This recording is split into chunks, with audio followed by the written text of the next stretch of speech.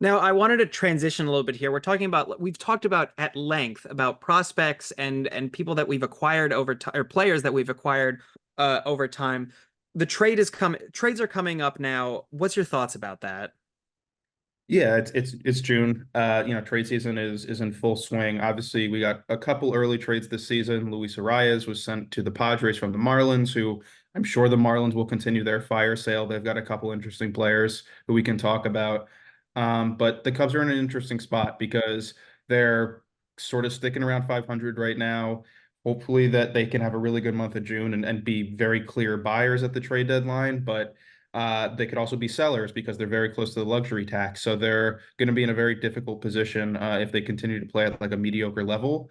But I definitely think that they should right now look at sort of buying and implementing, especially to the offense. Yeah, I was gonna just say the thing that we're struggling with extremely is our offense. Our defense is I always like using the phrase we have golden boys when it comes to our pitchers, like Shota Imanaga, like Ben Brown, like our prospect, but like Javier Assad. When it comes to our defense out on the field, we have great outfielders. Our infield, it gets spotty here and there. We kind of let some balls come through, but that's okay. That's okay.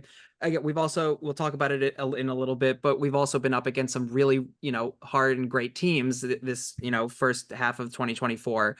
But our offense is really lacking. I wanted to get your opinion. Who do you think are some good people that we could trade and get on the Cubs for the remaining of 2024? Yeah, there's only a few like definite sellers right now. Obviously teams like the Athletic and the Rockies will be trading at the deadline. At least we assume so. I think, Pete Alonso's been floated around for a long time from the Mets. I don't know. He's not having his best season. It's going to be hard to, the Mets are going to want a lot considering he's just the name brand guy, and I don't know if he's going to be worth his value. JD Martinez on the Mets could be a good play. He's a DH only, but I mean, certainly the Cubs could use a bat like his. I know before we were talking about guys like Jazz Chisholm from the Marlins, Yeah. who, he's a very versatile defender. So I think obviously the team needs to focus on power. Someone who can hit home runs because right now, outside of like Christopher Morel, and I guess Ian Happ's been on a hot streak recently, it feels like no one's hitting home runs. So that's definitely where the folks should be, in my opinion. I made the joke to you earlier, we could look to somebody like the Rockies, who again have always had like a very rocky, again, no pun intended, but a very rocky start to a season, and they just do really poorly. I mean, same with the Athletics. I think they would let a player go for very little money, or they would take somebody from us of a very, I don't want to say little value. I made the joke to you that maybe we would take back Chris Bryan and give him a second chance. Yeah. But he's had his run and he can stay with the Rockies, whatever.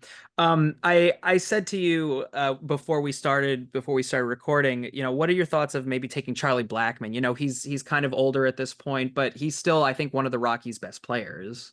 Yeah, for sure. I think he's an interesting guy. He's having a good season, for the most part. And he can produce a lot of home runs. Yeah, for sure.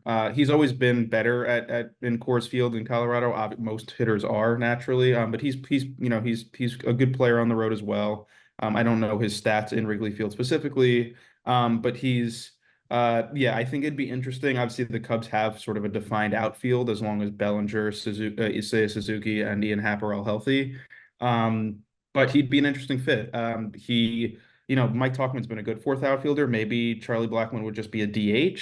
Maybe the Cubs could try to get a couple first base starts out of him if they, want to platoon Michael Busch even harder than they have been. It could be an interesting fit. I know we were also talking about Brenton Doyle from the Rockies, Yeah. who is a different sort of player. He's younger. He's having a great sort of sophomore season right now. I doubt the Rockies would be looking to trade him. And obviously the Cubs have a lot of outfield prospects anyway, but that's another interesting name. So the options will be abound. It's just sort of how much the Cubs are willing to spend in a year where they may not be the most competitive team.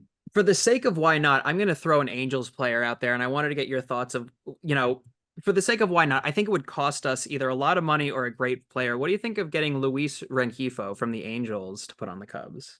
Yeah, that's another interesting, versatile guy. The Angels have obviously a lot of interesting players. The Mike Trout pipe dream will remain alive as long as he's out in Los Angeles. It won't happen, especially in the middle of the season, considering he makes $35 million a year.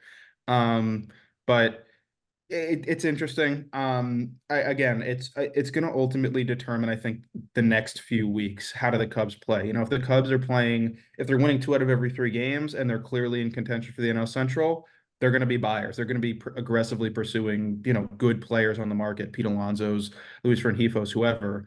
Um, if they're struggling at 500, they may just go for a really small, like buy a really tiny, tiny, like a insignificant reliever, maybe a bench bat.